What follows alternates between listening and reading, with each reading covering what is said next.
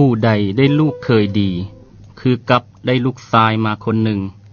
แต่ผู้ใดหากได้ลูกเขยซัวซ่าแล้วผู้นั่นนอกจากจะเสียลูกเขยแล้วจะสูญเสียทั้งลูกสาวของตนขอนอบน้อมต่อพระผู้มีพระภาคเจ้าผู้เจริญขอนอบน้อมต่อพระธรรมที่พระพุทธองค์ตรัสไว้ดีแล้วขอนอบน้อมต่อพระสงฆ์ผู้สูงด้วยศีลปฏิบัติดีปฏิบัติถูกต้องขอทำความเคารพต่อทุกทานที่กำลังฟังรายการสติมาปัญญาเกิดอยู่ทั่วทุกสารทิศที่น้อมจิตน้อมใจเพื่อต้องการฟังธรรมอันประเสริฐของพระพุทธองค์สติมาปัญญาเกิดรายการธรรมะมื้อนี้ก็ได้มาออกอากาศสดอีกเทื่อหนึ่งซึ่งมื้อนี้ขึ้น12ค่ำเดือน6พุทธศักราช2556กงกับวันอังคารที่5พฤษภาคมคริสต์ศักราช2013ข้าพเจ้าอธิเดชวงศ์ภักดีขออนุญาตดำเนินรายการแทนพระอาจารย์ศรีสุขเพิ่นที่เพิ่นภารกิจในช่วงของวันส่งเสริมพุทธศาสนาเนื่องในวันวิสาขบูชาคือวันที่พระพุทธเจ้าประสูติตรัสรู้และปรินิพพานแต่ว่ามื้อนี้ข้าพเจ้ามาก็บ่ได้มาผู้เดียวได้นิมนต์แม่ข่าวน้อยจากวัดวิโมกขวรารามหรือว่าสัมปักแฮดและแม่บุญเลี้ยงไซโพสีบ้านรัตนาลังสีเหนือเมืองไก่สอนแขวงสวรรณเขตมาเพื่อสนทนาธรรมเพื่อให้เกิดประโยชน์แก่ทุกๆคนขอเชิญแม่ข่าวน้อยและแม่บุญเลี้ยงเนาะเข้ารายการเพื่อทักทายท่านผู้ชมและก็เริ่มสนทนาธรรมกันได้เลยเนาะขอเชิญกะขอสบายดีออกตนญาติโยมเนาะญาติธรรมทั้งหลายที่ได้เอาอกเอาใจตั้งใจฟังเป็นประจำเนาะรายการธรรมะตอนเช้าเนาะถือว่าร่วมด้วยช่วยกันคนละไม้คนละมือเนาะถือว่าอันใดที่ว่ามันบ่จบบ่ดีก็อยากให้ออกตนญาติโยมญาติพี่น้องพ่อแม่ครูบาอาจารย์ได้ติชมส่งข่าวมาเนาะเพราะว่าบางเทื่ออันถูกก็มีอันบ่ถูกก็มีเนาะคนเฮาหยังก็ขอให้ช่วยกันซั่นๆเนาะผู้ที่เพิ่นมาเว้าก็บางเทื่อก็เนาะเทื่อหลงเว้าไปผิดพลาดอีหยังก็มีก็ต้องขอโทษขออภัยล่วงหน้าไว้ก่อนเนาะขอเชิญแม่บุญเลี้ยงเนาะทักทายท่านผู้ชมโดยสบายดีค่ะน้อยแม่บุญเลี้ยงค่ะน้อยมาออกรายการน้ำเพิ่นเพื่อเป็นพุทธบูชาคุณพระพุทธพระธรรมพระสงฆ์มาปฏิบัติบูชาในวัดสัมปักแฮดได้มาออกรายการกะขอขอบใจน้ำทีทักรัฐหรือว่าสถานีเพิ่นได้ให้โอกาสแก่ขาน้อยพวกขาน้อยได้มาออกนี้ค่ะขอขอบใจหลายๆน้ำเพิ่นที่เพิ่นให้โอกาสเนาะผ่านมาเนาะคนเฮาถ้าบ่มาปฏิบัติธรรมหรือว่าบ่มาประพฤติปฏิบัติบ่เอาธรรมะมาใช้เฮาก็จะแบกกองทุกเพราะหยังเพราะครอบครัวและลูกผัวเนาะเฮาถูกนี้เฮาก็บ่จักความทุกข์มาเฮาต้องมาเบิ่งว่าไปบุญหันเพื่อหยังบุญหันหมายถึงหยังเนาะบุญหมายถึงว่าเฮามาสำละเนาะคือเพิ่นว่าศีลละบารมีเนาะเฮาต้องละความชั่วเนาะความโลภความโกรธความหลงทำความดีนั่นแหละเป็นบุญที่แท้ต้องแก้อยู่ที่จิตใจเฮาสะอาดสว่างสงบเมื่อเฮือนถ้าใจเฮาเย็นแล้วเนาะคนรอบข้างอาจจะเย็นได้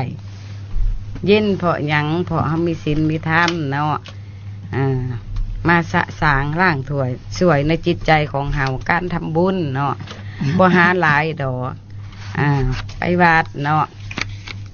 ไปวัดไปโมไปทานเนาะ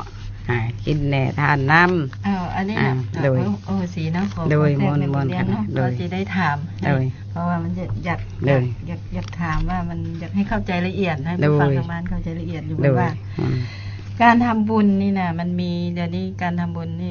บางคนให้ทำเพื่อเอาหน้าเอาตาเนาะ โดย อวดหั่งอวดมีบางครั้งเห็นคนอื่นทำน้อยกับเรากับว่า เนี่ย การทำบุญนี่ทำหลายมันได้หลายบ่คะที่ว่าจังได๋ โดย นะ ถ้า ทำน้อย ทำบุญ ได้น้อยบ่ โดย อาจารย์ ทำบุญนี่ทำด้วยใจใสเนาะค่ะหน่อย ใจใสเลยได้บุญหลาย ถ้าทำเอาหนาเอาตาเอาสื่อเอาเสียงเมื่อเฮือน ยังละความโลภความโกรธความหลงบ่ได้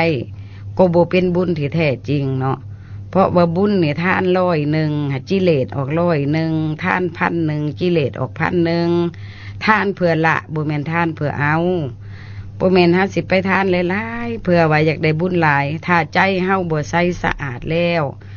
เพราะว่าท่านไปกะมันก็บ่ได้เพราะว่าทางเฮือนเฮายังฮ้อนอยู่ท่านเอาหน้าเอาตาเอาสื่อเอาเสียงบุญมันก็บ่ได้ยากได้ค่ะหน่อยไปวัดบ่เฮาบ่มีเงินเนาะไปซอยย่อผ้าขาวซอยเพิ่นบ่ปัดกุฏิวิหารล้างห้องน้ำก็เป็นบุญท่านเหือท่านแห้งเพิ่นก็หลายแนวทานเนาะค่ะหน่อยเนาะบ่แม่นสิท่านแต่วัตถุและสิ่งของค่ะหน่อย แล้วการทำบุญแบบผู้บ่มีเงินเนาะเขาเจ้าน้อยอกน้อยใหญ่ว่าบ่มีเงินนี่บ่มีเงินเข้าวัดได้บ่ ได้ค่ะหน่อยไปหนึ่งตั้งอกตั้งใจไปปฏิบัติเนาะปฏิบัติศีลธรรมเฮาต้องเอาใจใส่พังเพิ่นเทศนาธรรมพังแล้วเพิ่นเทศเพิ่นสั่งเพิ่นสอนเฮาครูบาอาจารย์เฮาเอาเมื่อประพฤติปฏิบัติเนาะสิ่งใดเฮาทำบ่ดีผ่านมาก็ควรละเนาะสิ่งที่บ่จบบ่ดีเฮาเคยปล่อยเคยด่าเคยจมเคยว่าเฮามาสร้างล่างสวยที่จิตใจของเฮาเอาศีลเมื่อนำใส่เอาบังนะโมเมื่อนำใส่ควรอ่อนน้อมถ่อมตนแต่เก่าเฮาบ่เคยเข้าวัดแข็งกระด้างว่าจ้าว่าแข็งเฮาเข้ามาแล้วเฮาก็ต้องละทิฏฐิมานะสิ่งบ่จบบ่ดีละแล้วจะสบายเพราะว่าละทั้งความถูกข์ละทั้งสิ่งโลภโกรธหลงเนาะมันจะสะอาดได้ที่จิตใจของเฮาเนาะเอาเมื่อนำใส่ถ้าว่ามาเข้าวัดถ้าใจเฮาบ่ถึงวัดเนาะบ่วัดจิตวัดใจตนเองว่าเป็นบุญหรือเป็นบาปที่ว่าจาว่าไปเนาะเพิ่นว่าให้ทำดีเนาะดีอยู่ใส่ว่าจาดีเนาะและเฮ็ดทุกสิ่งทุกอย่างทำทุกสิ่งทุกอย่างก็ทำดีเนาะคิดหยังก็คิดดีเนาะเฮาทำดีแล้วมันครอบครัวเฮาจะอยู่เย็นเป็นสุขเพราะว่าเฮามาแล้วเฮาต้องวัดจิตวัดใจตนเองละออกสิ่งที่บ่ดีของเฮา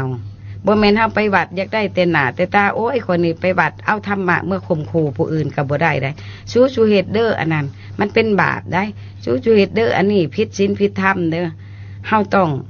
เบิ่งเฮาเองนี่แหละเอาเมื่อปฏิบัตินำไส้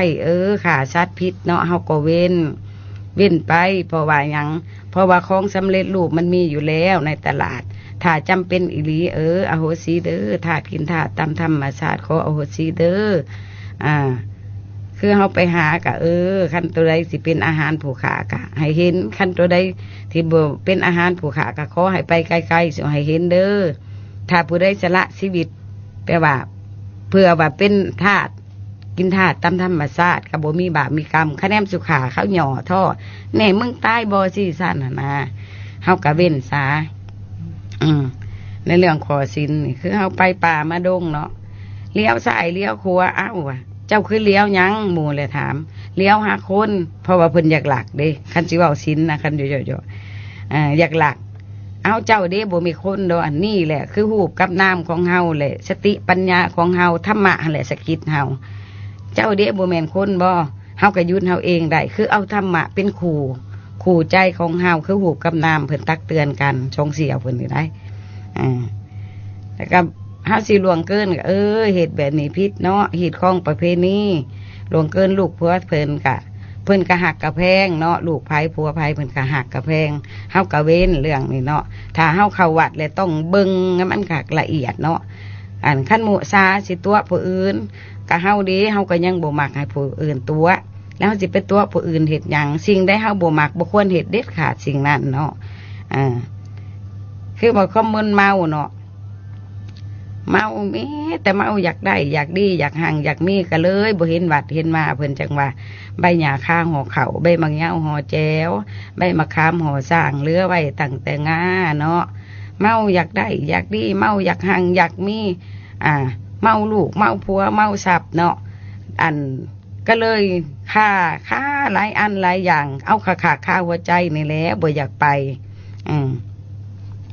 เมาหลายอย่างนี่แหละใบหญ้าคาห่อเขาเลยไปวัดบ่ได้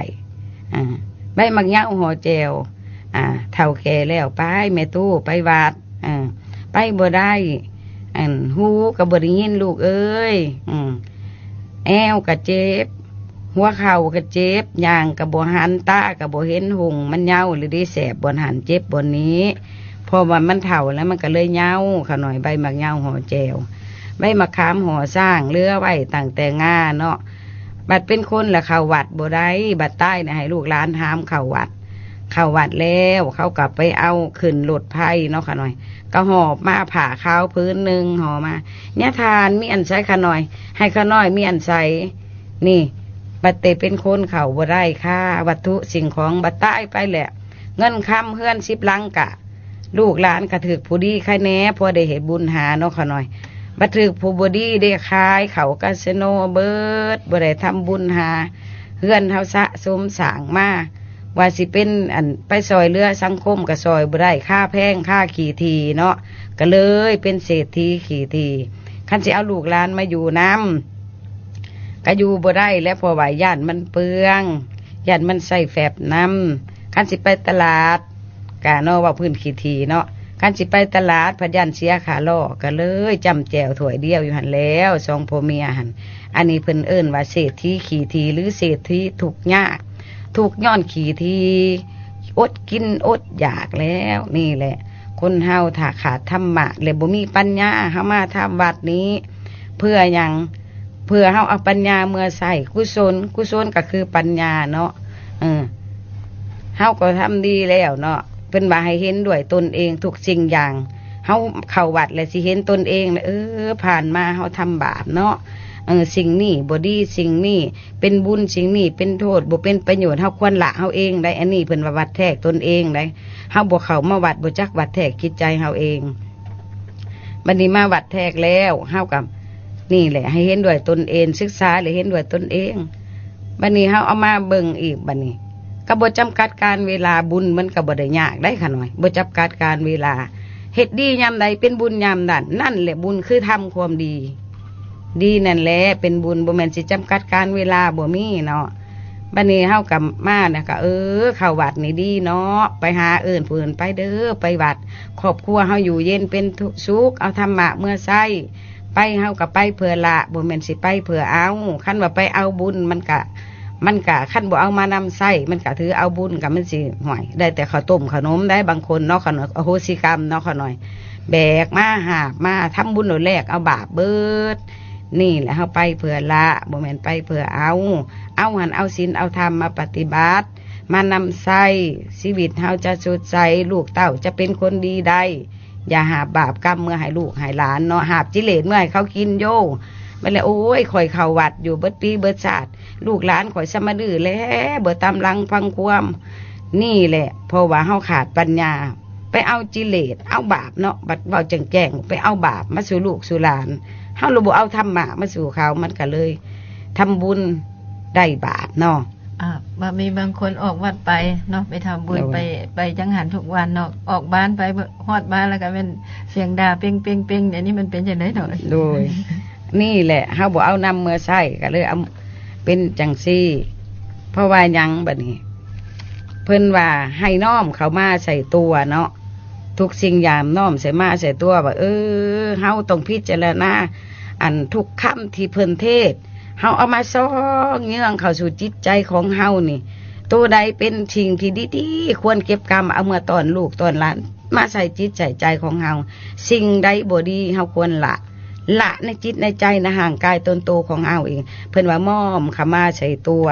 เนาะ น้อมเข้ามาใส่ตัวและหัวใจถ้าเฮาพังเอาไปถิ่มก็บ่ได้พังบ่เก็บกรรมแล้วบ่เอาเมื่อปฏิบัติพังไปเลยมันก็ให้ค่าได้ขน่อยมาเสียเวลาหิวอยู่หิวนอนเนาะเสียเวลาหาเงินหาค่ำคันเว้าแนวหนึ่งเนาะเฮามาต้องมาลดละตัวเองมาวัดแทกตัวเองให้มันได้ละได้หน่อยได้หลายก็คอยละคอยป้งคอยวางอย่ายึดอย่าถืออย่าแบกหลายเฮือนหั่งลูกหลานตายไปเลยเฮาเอายังไปบ่ได้เนาะทุกสิ่งอย่างก็เป็นของโลกเฮาก็ยืมใส่ในโลกของเฮาทุกสิ่งอย่างเป็นสิ่งสมมุติกายของเฮาแท้ๆยังบ่แม่นตัวของเฮาเพราะว่ายังอย่าไข่เด้อมันก็ไข่ลูกว่าลูกของเฮามันก็สิไปเพิ่งเขาให้ยังเป็นว่าตนเป็นสิเพิ่งของโตต้องเอาตนเองเข้าวัดเป็นที่เพิ่งพาห่มตุ้มที่เพิ่งที่แท้จริงคือธรรมะเดี๋ยวธรรมะอยู่ใส่ต้องเอามาใส่จิตใจของเฮาเป็นพาห่มตุ้มจิตใจแน่นะที่สุดโดยบ่มีถูกตายกับของธรรมดาเนาะบ่มีกับของธรรมดายังกับธรรมดาเบิดก็แค่นั้นเองก็โทษนั่นเองทุกสิ่งอย่างอ้าวมันบ่แม่นจังซั่นบ่บางคนละว่าผัวเฮาได้ลูกเฮาได้เฮือนเฮาได้บ่คันว่าสมบัติเฮาได้อันนี้เลยสิว่าจังได๋ความเข้าใจคันว่าผัวเฮาเนาะคันว่าผัวเฮาบอกว่าเอ้ยเจ้าอย่าไปเล่นเด้อเราก็อยู่คันแม่นผัวเฮาคันลูกเฮาโอ้ยอย่าไปเที่ยวเด้อเราก็อยู่อันนี้แล้วก็บ่แม่นของเฮาเพราะว่าค่ะนานาจิตตังแล้วแต่ใจเขาเฮาจงเอาเฮาเถอะพระพุทธองค์ว่าทรงว่าให้น้อมใส่ตัวหรือหัวใจบ่แม่นสิว่าไปพังพึงผู้อื่นวังเพิ่นลูกพึงล้านพังพึงเขาหลายก็เป็นถูกเพราะว่าวังหลายถูกหลายวังหน่อยถูกหน่อยเศร้าวังเศร้าถูกตนเป็นที่พึงของตนดีแล้วพุทธองค์ซี่แน่ขน่อยโดยแม่บัดนี้อยากให้แม่บุญเลี้ยงเล่าถึงการทำบุญเนาะอยู่เซโนเพราะว่าข้าน้อยไปเห็นรู้สึกปลื้มใจเนาะมันทำบุญแบบใดบางคนมีกล้วยหวีนึงมีขิงไข่มือแรงและย่างยีรถตอกมาแต่ทุกเสาร์อาทิตย์นุ่งขาวห่มขาวว่าอันนี้ก็อยากให้เว้าให้ฟังว่าการทำบุญเป็นยังไงโดยเพราะว่านะฮะเนาะเป็นชนบทคนถูกยากก็หลายที่ว่าเพิ่นผู้มีก็หลายอยู่กับเพิ่นก็ทานแบบเพิ่นว่าเอาเงินมาทานล้าน1 2ล้านเพิ่นก็กลับแต่ผู้ถูกยากนี่เนาะเอาหัวสิไข่มัด1กล้วยหวี1เอามาทานแล้วมาปฏิบัติธรรมเพิ่นทานด้วยว่าทานมาเลยกับปัดว่าล้างถ้วยล้างซ้ำผู้ที่บ่มีทรัพย์เนาะมาทานเหือทานแห้งก็เป็นลุยเละบุญแล้วมักกล้วยหวี1หัวสิไข่มาตำและสู่กันกินนี่ก็เป็นบุญเพราะว่ามาล้างห้องน้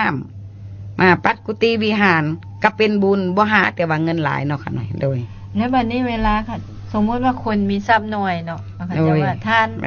นน้อยได้น้อยทานหลายได้หลายอ้าวสมมติว่าทานน้อยในนี้ก่อนเขาเจ้าถามจิตใจมันอยู่ที่จิตใจบ่หรือมันอยู่ที่วัตถุเพราะมันอยู่ที่ใจบ่แม่นสิอยู่วัตถุสิ่งของอันมันเป็นของนอกกายเนาะนอกกายก็ว่าแม่นเพราะว่าผู้บางคนเนาะค่ะหน่อยเข้าวัดเนาะไปทาน10 ล้าน20 ล้านว่าสั้นซ้ำ10 ล้าน20 ล้านบัดไปหาแม่เนาะไปหาแม่ขอ100,000ก็บ่ได้ค่อยทานเข้าวัดเบิดเลยเด้เจ้าเพียงกว่ากับไปทานบ่นสิได้บุญทานเข้าวัดหลายถ้าบ่จักคุณอีพ่ออีแม่ก็เหมือนว่าที่คนลืมชาติประมาทคุณบรรลุตนเองทางหน้าแหละสิคือแนวใดเฮาต้องคิดถ้าเข้าวัดแล้วต้องคิดว่าแม่นั่นแหละเป็นพระอรหันต์ผู้ให้กำเนิดผู้เลี้ยงเข้ามาภายในต้องรู้จักบุญคุณของเพิ่นในเมื่อปีใหม่เนาะถ้าเฮาอยู่ไกลต้องเอาขันหาไปสมมาเพิ่นบ่ได้หลายกะเป็นสินเสือบ่เงินคำไปสมมาเพิ่นขอให้แม่มั่นยืนเป็นห่มโพห่มไส้ให้ลูกให้หลานและลูกก็มาขอคารวะสมมาแล้วที่ลูกได้ผ่านมาผิดด้วยกายวาจาที่จิตใจการกระทำบ่จบบ่งามขอพ่อแม่จงอโหสิกรรมให้แก่ลูกแก่เต้า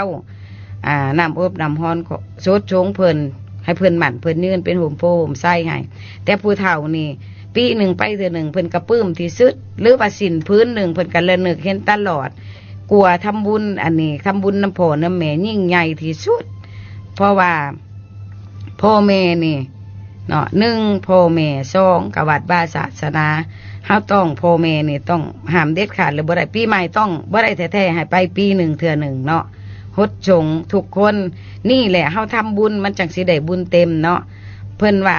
เป็นหยังข่อยไปดูหมอเพิ่นน่ะบุญมีอยู่หากำบังกำหยังขาน้อยก็เลยถามว่าอันเนาะกำบังเลยลูกผู้นั่นก็ขี่ม้าลูกผู้นี่ก็อันขี่ลักเนาะเมียก็เล่นสู้ข่อยนี่เงินหลายอยู่เป็นหยังข่อยจังได้รับความทุกข์เจ้าเคยไปเยี่ยมพ่อแม่อยู่บ่บ่ได้ไปแล้วยากเวียกยากเวียกกะเฮ็ดได้บัดนี้เพิ่นว่าอัน10 ปีคือหลังซื้อค้ำไปให้เพิ่นซื้อค้ำไปให้เพิ่นบาทหนึ่งเจ้าอย่าขายเด้อห้ามเด็ดขาดเจ้าขายคันซื้อยังไปให้กินห้ามลูกหลานเจ้ากินเด้อข่อยซื้อมาให้เจ้ากินพ่อแม่ก็เสียใจลูกหลานแต่ละคนเพิ่นก็หักเท่ากันเบิดและครอบครัวเฮาเป็นหยังเป็นจังซั่นเพราะว่าบุญมีกำบังเพราะว่าเฮาบ่ได้เฮ็ดนำพ่อนำแม่สร้างแต่วัดว่าศาสนาเพิ่นลืมเบิ่งอีพ่ออีแม่นี่ก็บุญเฮามีแต่กำบังกำหยังการกระทำของเฮาบ่จักคุณอีพ่ออีแม่นี่ก็อยากว่าส่วนหลายเนาะตามเห็นในตาขาน้อยเนาะก็อยากยากได้ไปเลยเพิ่นก็ให้เลยแม่เฒ่าอันโอ้ยเพิ่นว่า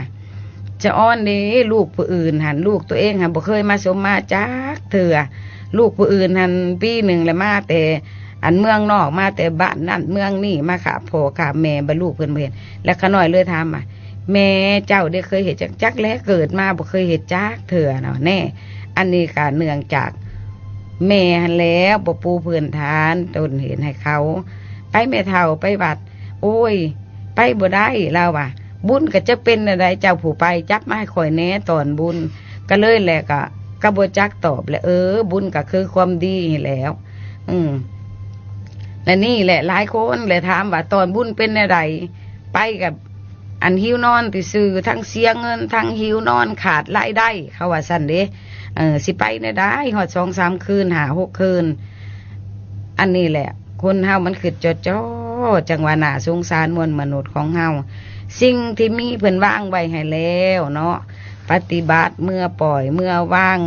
ถ้าเฮาบ่เฮียนบ่ฮู้ได้บ่ออกจากบ้านบ่เห็นด่านแดนไกลคันบ่ไปหาเฮียนก็บ่มีความรู้เนาะเฮาอยู่แต่ในเฮือนเฮาก็เป็นเพศเป็นพี่กับลูกกับหลานบัดเฮาตายไปกับบ่จักทางไปบัดเคาะลงกกๆแม่ตู้เอ้ยมาฟังเทศน์ฟังธรรมหรือนะโมแล้วก็บ่ฮู้ให้เราฟังได้แนวใดอันชี้ทางออกไปบอกเพิ่นขึ้นสวรรค์พุ่นเด้อไปสู่สุคติขึ้นเมืองแม่นแดนสวรรค์แต่เป็นคนบ่ได้ออกแต่เฮือนเลยเฮ็ดได้สิฮู้จักทางไปเฮาเข้าวัดนี่เนาะ1เฮามาเอาปัญญาคือกุศลเนาะบุญที่แหลงเนาะแล้วก็เอากุศลก็คือปัญญาเอานำเมื่อใช้เมื่อปฏิบัติในครอบครัวเฮือนหังต่อลูกต่อหลาน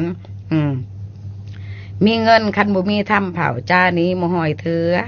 มีคำคันบ่มีอิงอ้อยไว้ก็บ่พังบ่แม่นอิงอ้อยไตกระดุ่มได้ขะหน่อยอิงอ้อยคือความดีเว้าดีนำลูกนำหลานนำครอบนำครัวนำบ้านนำเมืองนี่แหละอิงอ้อยเนาะบ่แม่นสิเว้าเหมือนบางหน้าบ่มีน้ำเนาะนี่ก็เฮาก็ควรลดละแล้วเอาเมื่อน้ำใส่นี่แหละกุศลคือความสลาดเว้าสลาดคิดสลาดทำก่อนสิให้ลูกให้หลานกระเบิงก่อนควรบ่เนาะ1เนาะคิดดีเนาะ2ดีต่อตนเองต่อผู้อื่นเนาะคิดดีเนาะ2ซื่อตรงต่อตนเองและผู้อื่น3สิเฮ็ดหยังทำหยังทุกทิ้งทุกอย่างเพื่อความพ้นออกจากทุกข์หรือว่าเพื่อบ่มีความผิดใจเพิ่นและผิดใจเฮาเพื่อความพ้นออกจากทุกข์บ่ให้เกิดทุกข์4สมควรแหละบ่สิตักเตือนเขาสมควรเว้าบ่สมควรทำบ่ต้องพิจารณาเบิ่งมันอยู่ไสอยู่ในกายวาจาของเฮานี่เองนี่มันเป็นโหธรรมะเนาะธรรมะก็บ่ได้อยู่ในไสเนาะอยู่กายวาจาใจเนาะเป็นว่าคือการศีลสมาธิปัญญาก็บ่ได้อยู่ไสอยู่ในตัวตนของเฮาเองเนาะค่ะหน่อยนี่แหละเฮามาเอาปัญญาเมื่อนำใส่บ่แม่นสิเฮ็ดกะตาลุเมื่อเฮือนแล้วบ่จักหยังแม่เพิ่นเทศหยังแม่จักใดเว้านำโมเนี่ย4ลังสร้างบ่จักนะโม แม่เฒ่าจะไปวัดได้หยังแม่ก็บ่จักเนาะแม่เฒ่าข่อยใจดีคือพระเวทลงพังเทศคู่มือเที่ยวปล่อยตั้งแต่หลานนี่ก็บ่เป็นเอาเนาะเฮาต้องฮู้จักลดละเฮาเองไปเพื่อละผู้บางคนไปเพื่อเอาซาถูกขนมก้อนหนึ่งครูบายืนเป็นชั่วโมงอยากได้รถอยากได้เฮือนอยากให้ลูกหลานเป็นคนหูผู้ดีอยากให้ผัวอยู่เฮือนอยู่ห้างบ่ให้ไปหาเมียหน่อยย่ออยากคู่ยืนเป็นชั่วโมงอันนี้ก็ควรคิดเนาะขนมก้อนหนึ่งผัดแบบอยากได้หอดรถหอดยนต์หอดเฮือนหอดห้างเฮาเข้าศาสนาพุทธและคิดมันขักได้ค่ะหน่อยเกินขอบเขตหลายกะเพิ่นกับบันดาลเนี่ยเฮาบ่ได้เนาะเฮาต้องเฮ็ดเอาเองหาเองสั่งเอาเองเหมือนทานพันกี่แม่ผู้ขาเกิดชาติหน้าให้ได้เป็นมหาเศรษฐีบ่ซอกบ่เฮ็ดบ่หาเงินกับบ่มาเนาะเงินกับมันเฮ็ดกับมันได้มันไข่กับมันตายมันฆ่ามันขายบ่จิ้มหายจักเถื่อเอาธรรมะเมื่อใส่ครอบครัวเฮาจะอยู่เย็นเป็นสุขพ้นทุกข์ทั้งปวงโลกนี่ทั้งโลกมันเดือดร้อนแต่ใจเฮาบ่ร้อนแสนเย็นสบายทั้งบ่ตายก็มีความสุขยิ้มสบายเพราะว่าหยังโลกนี้มันเป็นสิ่งสมมุติเนาะมันสุดอยู่ที่ใจของเฮาเองนี่แหละเพิ่นยังว่าสากลในโลกคือใจเฮาแหละอยากไปฮอดไสก็ได้เบิดเพราะว่าใจเฮาสั่งใจเฮาทำชั่วก็ได้ทำดีก็ได้ถ้าเฮามีธรรมะเฮาสิไปแต่ทางถูกบ่ยอมไปทางผิดถ้าไปทางผิดเฮาบ่ยอมไปถ้าว่ารู้จักธรรมะที่แท้จริงธรรมะนั่นแหละเป็นเหือเป็นแพเฮาความพังได้พังหยังพังโลภโกรธหลงกิเลสตัณหาเฮาละเลยแสนเย็นสบายตะกี้เฮาด่าผู้นั้นผู้นี้ฮ้อนหูฮ้อนใจเหมือนแบกต้นไผ่เนาะแบกอยู่หั่นแหละต้นไผ่ที่แม่เฒ่าที่แม่กระถิ่มบ่ได้ค่าแพงหลานแบกมันเมียนอยู่หั่นละคันไผป้อนก็ยันล้านบ่อิ่มข้าวมีแม่เฒ่าอันนึงว่าโอ้ยตายแหละญาติทานจะมาพามาหึงแท้ล้านเขาข่อยหิวข้าวแล้วตายแหละแม่มันก็ป้อนเลยแม่ป้อนมันก็ป้อนบ่ได้อิ่มได้แม่มันบ่ได้สาเทศได้เพราะว่านี่แหละห่วงน้ำเขาก็เลยทุกไปวัดกับพ้าวเมื่อไปใช้กับบัวได้เหมือนอันเพียงปอผูกศอกปอกซุปตีนนี่แหละซุปมันมีอันเท่าแล้วก็ความละมาเอาทางขึ้นสวรรค์เด้อค่ะหน่อยเข้าวัดแล้วฮะจะมีความสุขทั้งนอกหันเงินล้านเงินโกดสุขห่อนๆเลยค่ะหน่อยมาวัดเลยมันจะสุขเย็นใจเย็นอยู่ที่ใจเลยค่ะหน่อยโลกนี่มันฮ้อนแต่เฮาเย็นเพราะอยากว่าขาน้อยว่าอยากเอิ้นคนทั้งโลกเนาะเพราะว่าเฮามาศึกษาธรรมะมาเข้าใจธรรมะแล้วกลัวได้เงิน100 ล้านพันล้านขาน้อยถ้าขาน้อยได้แหละจักแล้วผู้อื่นหากขาน้อยว่าสู่พังเนาะกลัวอีกเพราะว่ามันสุขเย็นเยือกเย็นอะไรแต่ว่าอันนี้ก็อธิบายบ่ถูกเนาะเพราะว่าอยู่ที่ใจภายใจมันได้ธรรมะเอาออกให้กันบ่ได้เนาะไผเฮ็ดผู้นั้นได้ไผกินผู้นั้นอิ่มเนาะธรรมะมันบ่ไกลไปอิ่มท้องเขานั่นผู้บ่กินเนาะคืออันเพิ่นให้พรบุษดีเลยเนาะบุญนี่บ่มีไฟปันแจกเพิ่นว่าบ่ได้แหกเคิงได้คือกำไม้ผ่ากลางไผเฮ็ดผู้นั้นได้ไผกินผู้นั้นอิ่มมันบ่ไปอิ่มท้องเขานั่นผู้บ่กินน้ำธรรมะเลยจะซุ่มเย็นสบายเนาะค่ะเย็นได้ขนาดเพราะว่านี่แหละอยากให้เรียกห้องให้ผู้เฒ่าเฮาหลายคนนี่เฮาก็เป็นเนาะมาปฏิบัติเพื่อเป็นพุทธบูชาและครอบครัวเฮานี่เนาะถ้าเฮาอยู่แต่เฮือนเฮาบ่ไปไสนี่เด้อ1บัดเฮาดับจิตไปเนาะเฮาจะวนเวียนในเฮือนนี่บ่จักทางไปและเฮาบ่รักษาศีล5บ่กุ้มนี่เนาะเฮาจะเข้าไปบ่ขออโหสิกรรมเข้าไปในท้องแมวในเฮือนเฮาเข้าไปในท้องหมาที่ว่าในเฮือนเฮาต้องมีหมาแมวตัวหนึ่งต้องพิเศษเลียปากเลียคอลูกเต้าเฮานี่แหละจิตวิญญาณที่ว่าผู้เคยเบิ่งเคยแย่งเฮาหั่นเนาะและเพิ่นก็บ่มีทางไปเพราะว่าเพิ่นบ่ได้เข้าวัดบ่ได้รักษาศีลบ่จักฮู้จักทางเดินของอั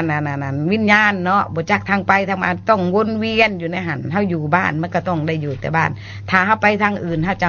จิตของเฮาออกไปจะเย็นสบายจะหัดจักทางไปที่ว่าบ่อนสุขติบ่อนใดมีความสุขเนาะ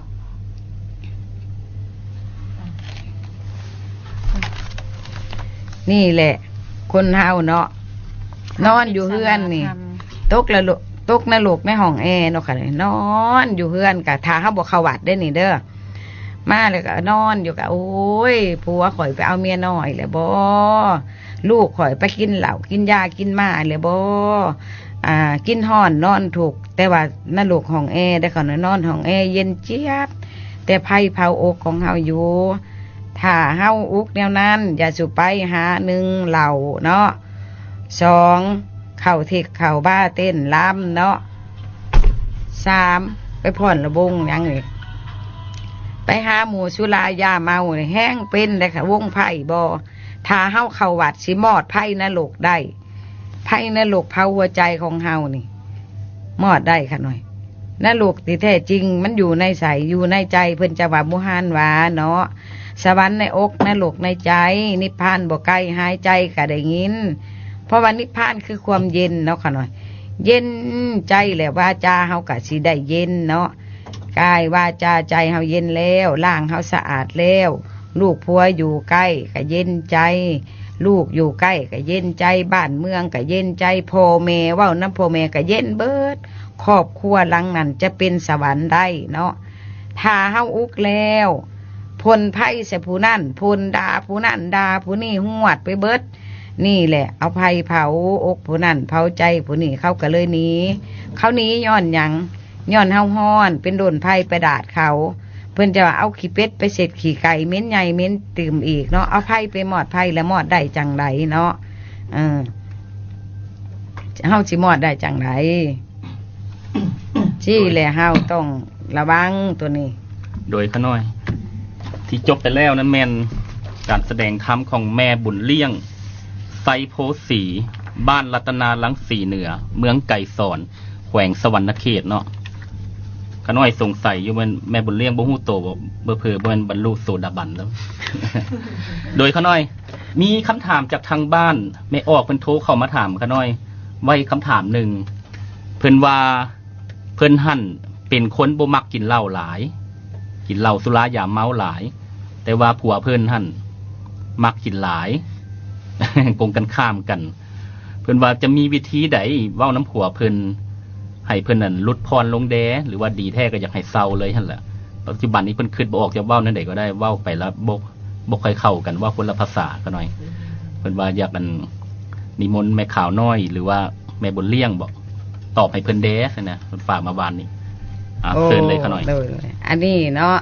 เพราะว่ามีมือหนึ่งโอกาสดีเราใจดีแล้วฮะจังข่อยเว้าน้ำบางหวาพ่อเอ้ยอันเมียนี่พิษยังเลยผ่านมาได้เป็นในใดขอพิษยังเมียนี่ไม่พิษพลาดขอใดที่พิษผ่านมาขอโทษขออภัยเด้อบางเถื่อมีมือหนึ่งได้เงินมากอกใส่หัวเจ้ามีมือหนึ่งขอได้ว่าเจ้าว่าแข็งให้เจ้าคอยก็ขอโทษขออภัยขอโอสิกรรมน้ำลูกน้ำผัวเลยพิษยังให้ลูกผัวว่ามาและคอยก็ขอเตือนเจ้าเน้คอยแพงเจ้าหลายได้พอยันเต้าตายจากยันบ่มีผู้เลี้ยงยันจะตายจากลูกจากเต้าแล้วไผสิเบิ่งแย้งครอบครัวเฮาและกะแพงนี้เว้านี้กับเพื่อรักษาสุขภาพเจ้าได้พอหักเจ้าหลายได้พอเจ้าเมามากกับมาแล้วก็แล่นไปใส่พอเจ้าเพื่อนโอ้ยสมาเมางามเถเด้พอไปมากินข้าวแล่นส้มเอาลาวมีน้ำอุ่นได้นี่กินแหมันมีเป๊ปซี่ได้พอแนวใดเราหมักนี่มาไปส้มแล้วมากินนี่ได้พอนี่จังสวงเหล่าได้พอเด้อน้ำหอมหูบข้าวอันนี้กินแก่เมาได้พอเด้อต้องเอาความดีสนะเขาใดเขามีปมด้อยแนวใดแนวหนึ่งใจเขาบางเตือเขาลงดูถูกเขาป่ะเจ้าถูกได้มาอยู่น้ำข่อยเจ้าบ่มีวัตถุเพียงหาเงินกับบ่ได้ทอข่อยเฮือนก็เฮือนข่อยรถก็รถข่อยซื้อหาเงินหาเคิ่มแม่นข่อยเบิดอีช่างก็ของข่อยเขาเลยมีปมด้อยในจิตใจของเขาเฮาต้องเอาหน้าซึ่งหน้าว่าโอ้ยพ่อผิดหยังกายพ่อเว้ามาพร้อมที่จะเปลี่ยนแปลงเมียนี้ได้ผิดพลาดผลไหนได้เว้าว่าอันนี้ของกูอันนี้ของกูอันนี้ผู้ชายมันเก็บเมียนทั้งในระบายบ่ได้เนาะเพราะว่าเขาหนึ่งมากเงินเดือนเขาหน่อยเนาะเขาผัดเป็นแม่ค้าบอกเนาะเขาเอาคอโอซีเนาะแม่ค้าเขาผัดมีทรัพย์หลายกว่าเขาได้ดูถูกเขาคำหนึ่งแต่เขาพังจิตของเขาถ้าต้องควรว่าขอโทษขออภัยนำเขาแต่นี่ต่อไปสิบ่เว้าเด็ดขาดสิบ่ทำสิ่งนั่นแต่ต้องจิตใจลูกผัวเมียเองก็สิหันเปลี่ยนผัวผั ผัวหันก็ขอให้หยุดกินเหล้ากินยาหยุดบ่ให้เมาแห้งแต่ว่ากินอยู่หากินพอเป็นยาพอซึมเคยกิน5 กวดให้กิน3 กวดหรือ2 กวดแล้วกวดหนึ่งลดไปเรื่อยๆผู้ชายก่อนเขาสิกินเหล้ามาใส่เฮานี่บ่มันมีข้อผิดพลาดแนวใดแนวหนึ่งเฮาว่าจ้าเว้าที่ผิดหูของเขาแต่เขาบอกกล้าอธิบายเนาะนี่ก็ต้องแก้ไขที่เฮาเองได้นี่แหละคนเฮานี่ส่วนหลายคันเฮามีลื่นเขาเลยอยากดูถูกได้บางทีเอาพอเพิ่นเงินเดือนเลยส่วนมาวัดนี่เลยและบัดนี้เฮาก็บ่จักวิธีแก้ไขเฮาต้องมาวัดศึกษาธรรมะเอาปัญญาเมื่อใส่พอเพิ่นก็สิได้เปลี่ยนแปลงเอาบุญแน่เนาะเอาบุญเมื่อค่ำนำแน่เนาะมีเงินคันบ่มีทำเผาคือเพิ่นว่าหั่นแล้วมันฮ้อนไดธรรมะนี่สิเมื่อมอดกวดเหล่าได้แล้วค่ะหน่อยน้อง โดยขน้อยขอเสริมแม่บุญเลี้ยงน้อยหนึงเนาะผลของทุกสิ่งทุกอย่างนั่นมันมีเหตุปัจจัยเนาะบ่แม่นอยู่ดีๆเพิ่นลุกขึ้นมากินเบียร์กินเหล้าเพิ่นอาจจะน้อยเนื้อต่ำใจหรือว่าบ่พอใจหยังอยากให้หันหน้าเว้าให้กันตอนมีสติเนาะโดยเป็นคือตามแม่บุญเลี้ยงให้คำอธิบายไปหั่นล่ะเพราะว่าคนมีสติจะล้มกันด้วยปัญญาจะใส่เหตุผลมันจะดีกว่าจะสร้างสรรค์กว่าตอนนี้รายการสตรีมาปัญญาเกิดรายการธรรมะออกอากาศสดเนาะผู้ใดอยากโทรเข้ามาเพื่อสนทนาธรรมกับแม่ข่าวน้อยและแม่บุญเลี้ยงเชิญโทรเข้ามาได้เลย030-2821โทรเข้ามาได้เลยเนาะส่วนสำหรับทานที่ยังต้องการปื้มธรรมามงคลชีวิต38ประการและซีดีประวัติพระพุทธเจ้าฉบับสมบูรณ์เนาะทานสามารถโทรไปได้ที่เบอร์520-770ทางรายการทรงนี้เป็นส่งเสริมพุทธศาสนาเนื่องในวันวิสาขะเนาะยินดีแจกในช่วงนี้โทรเข้าไปแล้วทางน้องสาวเจ้าหน้าที่รายการสตรีมาปัญญาเกิดจะให้รายละเอียดเนาะสายที่1โทรเข้ามามอดโดยขอโทษมอดเสียงมันวิทยุกันเด้อเพราะว่าอีโก้มันดังสูงซะหน่อยมอดเสียงวิทยุกันโดยเจ้าเจ้าสบายดีไอ้เจ้าด้วยขน่อยอันก็ได้จะถามคืนว่าอันขน้อยล่ะจะว่ามีการทำบุญเนาะบ่อนบ่อนนี้เพิ่นแค่มาแล้วเพิ่นนั่นเอาซองมาแล้วน่ะขน้อยแล้วเอาเงินเอาไปเสือน่ะเล็กๆน้อยๆล่ะส่งกลับคืนแล้วคนอ่านจิตใจเขานั้นว่าจะไปบุญตัวนี้มือบัญชีปีเดือนที่นั้นโดยแล้วพอมันข้ามห้อนมือมาขน้อยแล้วมันจะไปมีเรื่องงานอื่นซะโดยขน้อยหมายว่าใจขน้อยแล้วไปกายขน้อยแล้วไม่ได้ไปครับยังมีบุญกุศลเรื่อยๆหนอกนะตัวนี้แม่ข่าวน้อยจะตอบได้ดีนะหรือว่าแม่บุญเลี้ยงจะตอบให้เลยตอบเลยโดยมอดเสียงวิทยุกันมอดเสียงวิทยุกันอีโก้มันดังมอบเสียงวิทยุกันเด้อ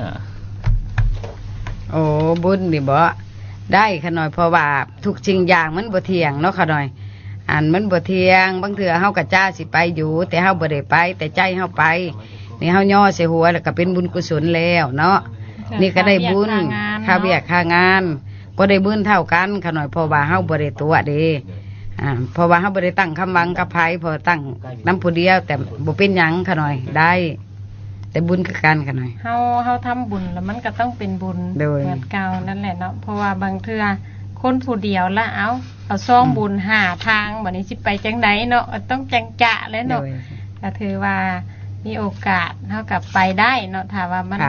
หักซองก็ได้เนาะยากเฮาก็ฝากหมู่ไปที่เพิ่นว่ามันนี่แม่นใจเพิ่นนั่นไปแล้วแต่ว่าคือแบบภารกิจแบบกระทันหันเพิ่นเลยบ่ได้ไปขน้อยขอเสริมแต่ว่าพระพุทธองค์เพิ่นตรัสว่าตถาคตกล่าววันเฮากล่าวเจตนาว่าเป็นกรรมเจตนาที่เป็นกุศลที่เป็นเพียงที่มีเจตนานั่นก็เป็นกุศลก็เป็นกรรมดีแล้วขน้อยส่วนปฏิบัตินั่นก็เป็นขั้นตอนต่อไปโดยขน้อยจบไปแล้วเนาะสายที่1สายที่2อาจจะโทรมาเชิญเขาโทรเข้ามาได้เลย030-2821มีอย่างอยากสนทนาธรรมกับแม่บุญเลี้ยงหรือแม่ข่าวน้อยหรือมีคำถามอย่างต้องการถามเพิ่นเชิญเขาโทรเข้ามาได้เลยเนาะส่วนใครต้องการปื้มธรรมะแล้วก็ซีดีสายที่2เนาะ โดยสบายดี สบายดีอันนี้รายการสติมาปัญญา สตรีมาปัญญาเกิดกำลังออกอากาศสดเจ้า อยากมีคำถามอย่างหรือว่าอยากสนทนาทำกับแม่บุญเลี้ยงเป็นบ่ ขอถามว่าเดี๋ยวนี้ขน้อยมันเป็นทุกข์หลาย โดย อันเป็นทุกข์อย่างทุกข์กำลังว่าผู้ฟังความบอกว่าจะไปเท่าไหร่ก็ยังไปเราก็เลยแย่ไป โดย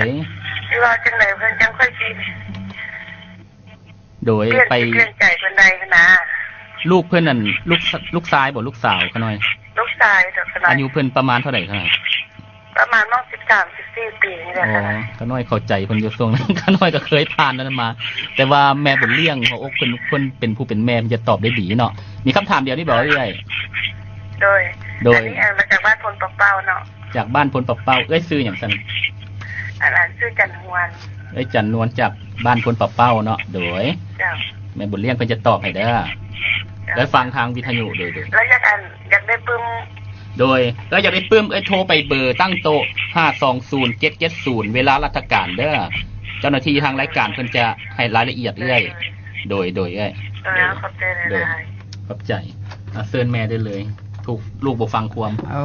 ลูกนี่เนาะมันก็จังสั้นแล้วเนาะเพราะว่าช่วงเพิ่นยังน้อยเนาะค่ะหน่อยค่ะธรรมดาก่อนเฮาสิว่าเขาก็เบิ่งเฮาก่อนเนาะเพิ่นว่าเบิ่งแล้วให้เห็นตนเองว่าแต่เฮายังน้อยก็เหมือนเขาหรือบ่เนาะต้องเปิดโอกาสให้เขาแน่เหมือนดึงเสือกว่าวนี่แล้วเนาะค่ะหน่อยบัดไล่ไปบัดดึงมาจังซั่นแล้วเฮาต้องเอาปัญญาเมื่อใช้เนาะคือเฮาเองก็ต้องไปศึกษาธรรมะแน่เพื่อสิบอกลูกบอกเต้าได้เนาะคันเฮาบอกแต่ซื้อเฮาก็ต้องเอาที่ว่าโอบรมปฏิโลมคันสิเฮาไปด่าไปเว้าแข้งให้เขาแฮงไปได้ลูกหลานช่วงนี้เฮาต้องเหยาะต้องอ้อยเอาเนาะเฮาบ่เว้าแข้งให้เขาลูกนี่เนาะมันมักความดีแต่เฮาเองก็มักความดี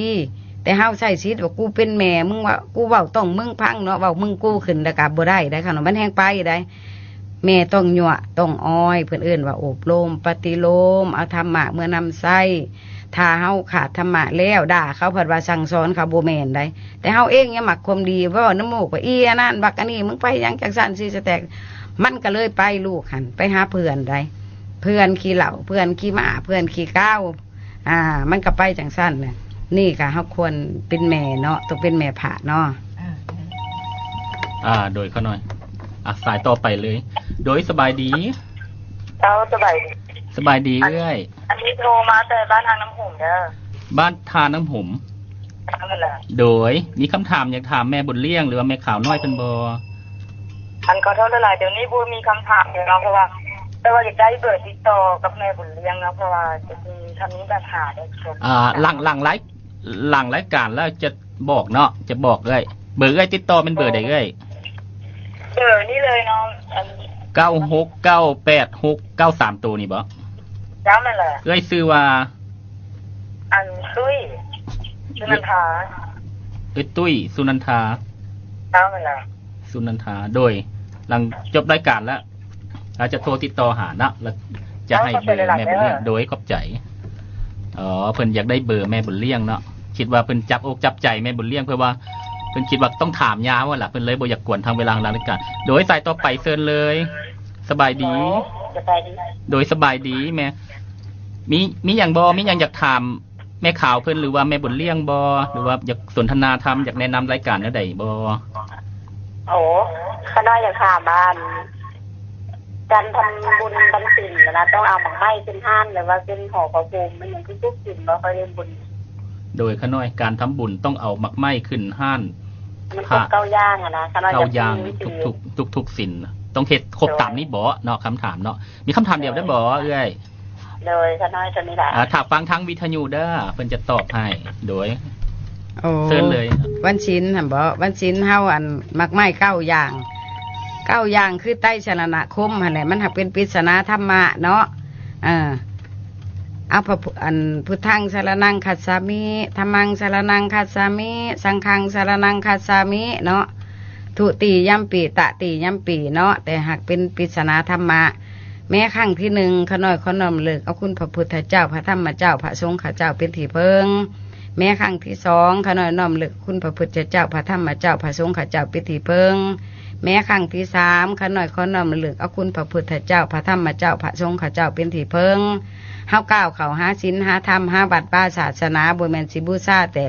ดอกไม้ธูปเทียนอันนั้นก็แม่นอยู่ได้บุญอยู่มันหักเป็นอมิตบูชาเนาะเฮาเข้าวัดว่าศาสนาแล้วเข้าแล้วเนาะใส่บาตรแล้วต้องพังเทศน์พังธรรมต้องเอานำเมื่อใส่และรู้จักการกระทำของตนเองแต่ละมือหันอยู่ในกรอบศีลธรรมบ่ผิดศีลผิดธรรมบ่การประพฤติประทับกระทำของเฮาเองหั่นนะ9อย่างก็คือไตรสรณคมเนาะโดยสายต่อไปเนาะโดยสบายดีมอดเสียงวิทยุกันเด้ออ้ายหรือเอ้ยบ่ขอมอดเสียงวิทยุก่อนเด้อโดยสบายดี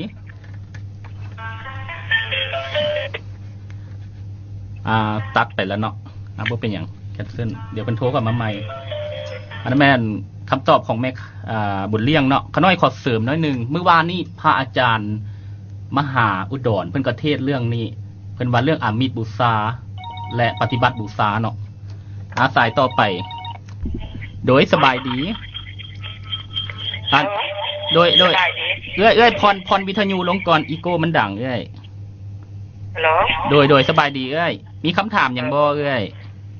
อยากถามได้ว่าอันนั้นนะสมมุติว่าเฮานี่เนาะเคย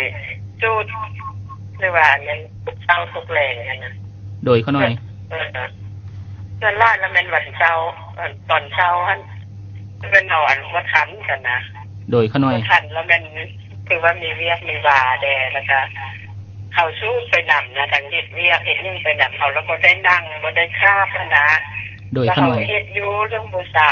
เข้าบูชาดอกไม้เนี่ยกันแล้วเขาก็สิมีส่วนต้นบ่ทางเฮ็ดเวียกแดทางกันนั่นเด็ดเวลามันน้อยนะส่วนหลักตอนเช้าสิบ่ได้นั่งคาบนั่งยังกันนะโดยเขาหน่อยโดยเขาหน่อยแม่มีเท่านี้บ่แม่แม่มีคำถามเท่านี้บ่แล้วยังถามว่าสมมุติว่าเฮานั่นนะเฮาห้างอาหารการกินเป็นอย่างเราบ่ทันไปนะไปวัดไปศาลนะถึงได้เฮ็ดแล้วก็ให้ลูกบ่ให้ครอบครัวบ่อย่างนะเอาไปนะแล้วให้กินส่วนใดบ่โดยเขาหน่อยให้ครัวหรือว่าลูกไปแทนที่เขาจะไปเองเนาะโดยเขาหน่อย2คำถามเนาะโดยขอเชิญนิมนต์ไปข่าวน้อยเนาะตอบให้เลยเนาะเนาะถือว่า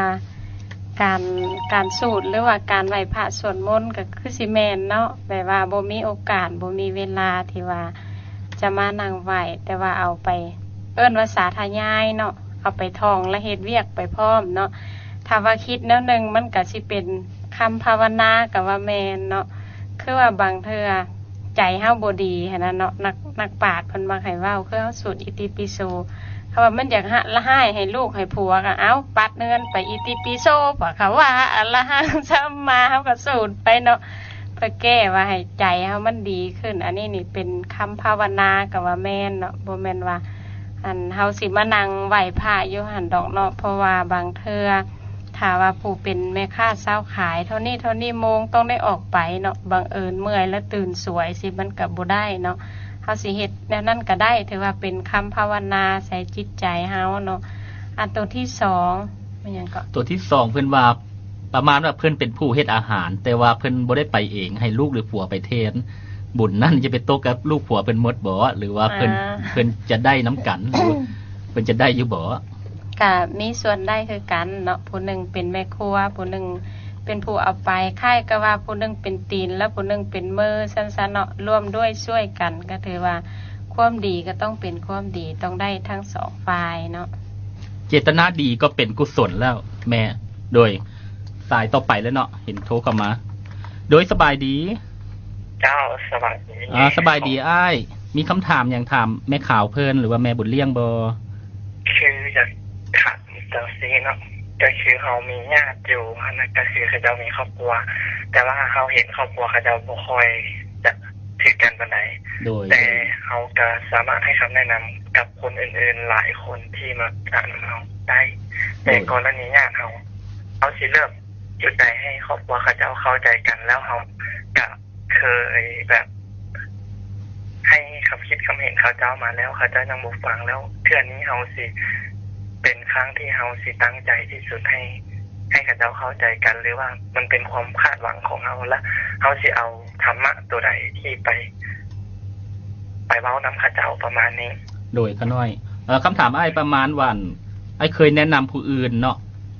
ที่เขาเจ้าบ่เข้าใจกันให้เข้าใจกันได้เนาะแต่ว่าญาติของเฮานี่เพิ่นก็บ่เข้าใจกันแต่อ้ายมีเจตจำนงอยากแนะนำให้เพิ่นแต่ว่าญาติของเฮานังช่วยบ่ได้แล้วเฮาจะถามแนวคิดของอ้ายพยายามอยู่ตอนนี้นะแม่บุญเลี้ยงก็ดีหรือว่าทุกๆคนที่กำลังฟังอยู่นะโดยขาน้อย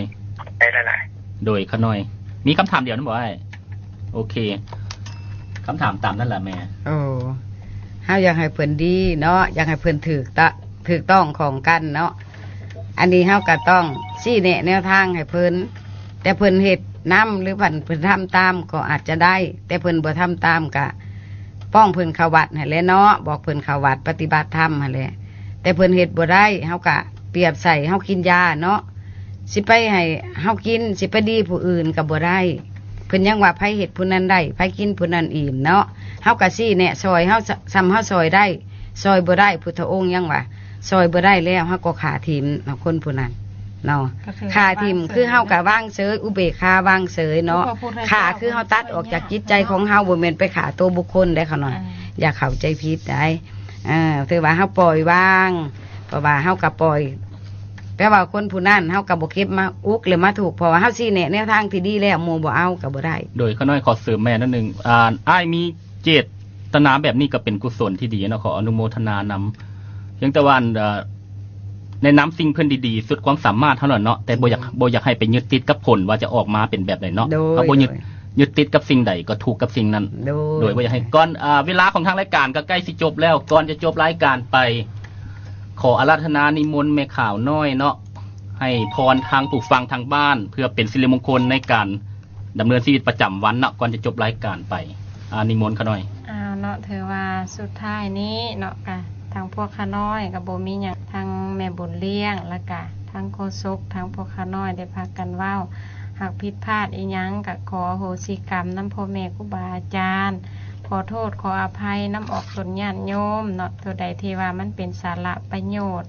ก็ขอให้เฮาได้เอาไปนำใช้ในชีวิตประจำวันถือคติไว้แต่ว่าสอโทเนาะสู้แล้วก็ทนเท่านั้นแหละเนาะไผก็คือกันต้องสู่ชีวิตไปเนาะเมื่อใดที่เฮาเข้าใจแล้วเฮาก็จะสบายสุดท้ายนี้ก็ขอให้ออกตนญาติโยมทางบ้านที่เอาใจใส่รับฟังในรายการธรรมะตอนเช้าทุกๆเช้าขอให้มีความสุขความเจริญมีอายุวรรณะสุขภาละเมื่อทุกทานทุกคนเทอญสา